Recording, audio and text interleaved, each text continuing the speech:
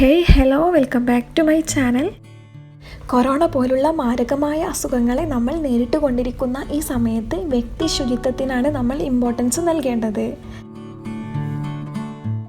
നമ്മുടെ കൈകൾ വൃത്തിയാക്കുന്നത് കൊറോണ തടയാനുള്ള പ്രധാന മാർഗങ്ങളിൽ ഒന്നാണ്. കൊറോണ സ്പ്രെഡായിക്കൊണ്ടിരിക്കുന്ന ഈ സമയത്ത് ഹാൻഡ് സാനിറ്റൈസറിൻ്റെ ഉപയോഗം വളരെ കൂടുതലാണ്. പക്ഷേ മാർക്കറ്റുകളിൽ ഇതിന് ലഭ്യത കുറഞ്ഞു വരികയാണ്. അപ്പോൾ കുറഞ്ഞ സമയം കൊണ്ട് നമുക്ക് വീട്ടിലെങ്ങനെ ഹാൻഡ് സാനിറ്റൈസർ ഉണ്ടാക്കുന്നത് എങ്ങനെ നോക്കാം. ഇനി നമുക്ക് സാനിറ്റൈസർ തയ്യാറാക്കാം.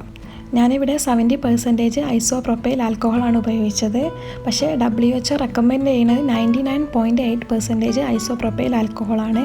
എനിക്കിവിടെ മോർ എക്സ്പെൻസീവ് ആണ്, അങ്ങനെയൊന്നും ഇവിടെ കിട്ടാനില്ലാത്തത് കൊണ്ടാണ് 70% ഐസോപ്രോപ്പൈൽ ആൽക്കഹോൾ ഉപയോഗിക്കുന്നത്.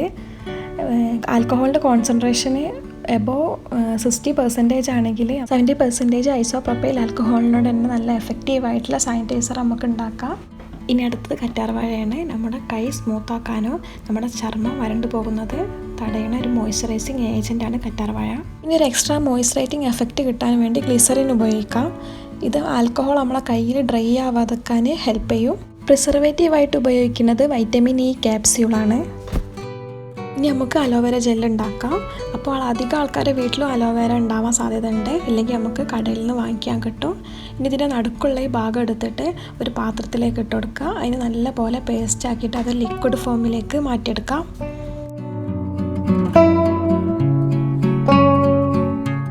ഈ സാനിറ്റൈസർ ഉണ്ടാക്കുന്നതിന് മുമ്പ് ഒരു കാര്യം പ്രത്യേകം ശ്രദ്ധിക്കണം.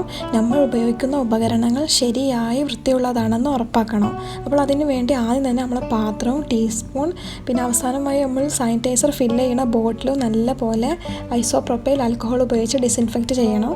ഞാനിവിടെ ഒരു മിക്സിംഗ് ബോൾ എടുത്താണ്. ഇനി ഇതിലേക്ക് 10 ടീസ്പൂൺ 70% ഐസോപ്രോപ്പൈൽ ആൽക്കഹോൾ ഒഴിച്ചു കൊടുക്കുക. ഇത് ആൽക്കഹോളിൻ്റെയും ഡിസ്റ്റിൽഡ് വാട്ടറിൻ്റെയും ഒരു കോമ്പിനേഷനാണ്.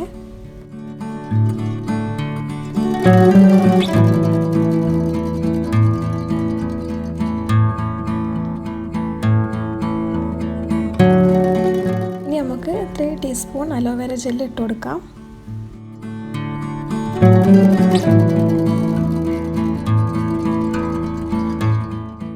ഇനി ഒരു ടീസ്പൂൺ വെച്ചിട്ട് ഇത് രണ്ടും നല്ലപോലെ ഒന്ന് മിക്സ് ചെയ്തെടുക്കാം. ഇനി 3 ടീസ്പൂൺ ഗ്ലിസറിൻ ഇതിലേക്ക് ഒഴിച്ച് കൊടുക്കുക. ഗ്ലിസറിൻ ഒരു ജെല്ലിങ് ഏജൻ്റാണ്.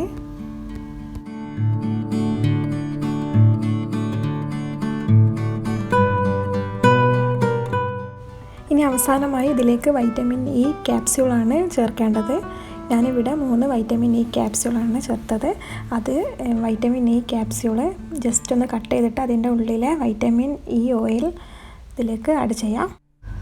ഇനി അവസാനം ഒരു ടീസ്പൂൺ വെച്ചിട്ട് നല്ലവണ്ണം മിക്സ് ചെയ്തെടുക്കുക.